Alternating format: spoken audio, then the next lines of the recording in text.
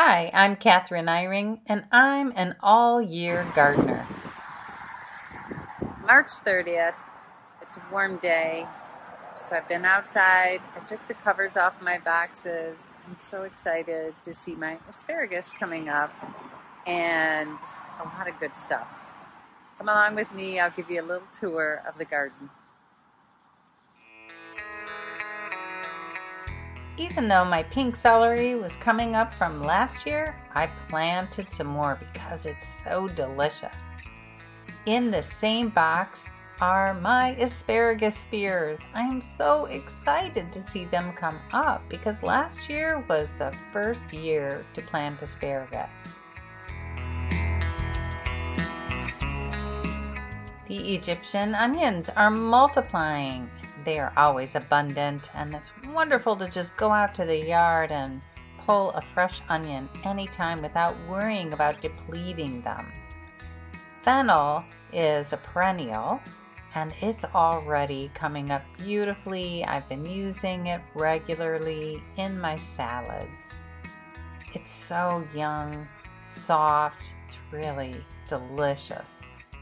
I've taken the covers off of my hoop garden, and you can see I have bok choy from last year. It's already trying to go to seed, but that's okay because I've already planted seeds of more bok choy as well.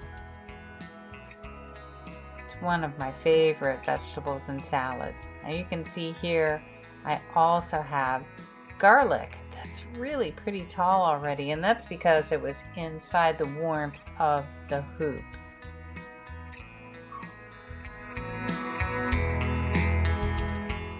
A nice little treat is this kale plant that survived the winter, and also radicchio. That really surprised me as it is coming back and looks like it's going to be thriving.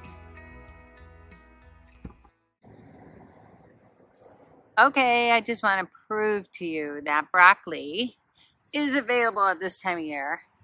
See this? My broccoli has been growing since August of last year, and I planted it in the ground in October. So every year by March, I'm eating broccoli leaves instead of lettuce.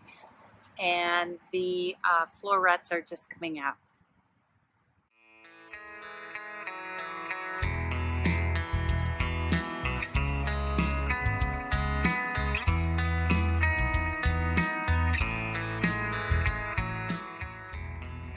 I planted Brussels sprouts, cauliflower, and cabbage as well. It's plenty warm enough for cole crops, but it became really windy the other day, so I took some ball jars and took the lids off of them, put them upside down over my plants just to give them that extra protection, and they're all doing fine.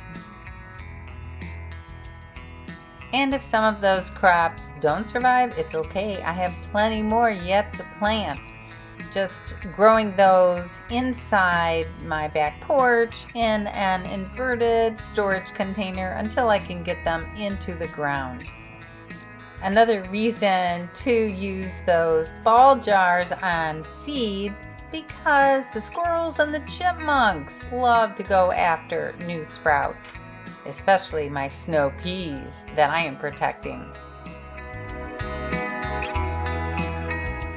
These scraggly looking onions are actually growing beautifully, and this is a variety of lettuce and radishes that will be growing in this square.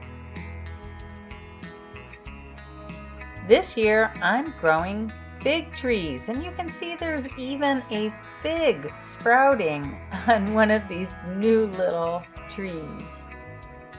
Now let's go into the house and see what's cooking. Thankfully, a number of my friends have given me containers to use as I'm germinating seeds all the time. Over here, I might have some spaghetti squash or butternut squash that I'm waiting on. After the seeds have germinated, I can move them under the lights. So here's where it gets tricky.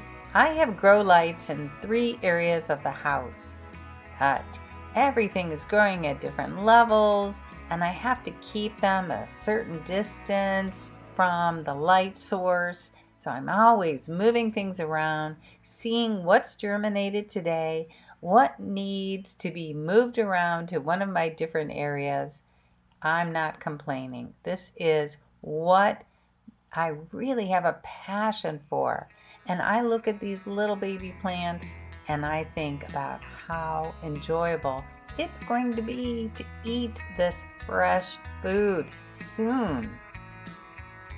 I encourage everyone to start a garden, even if you were to just grow a few things in pots.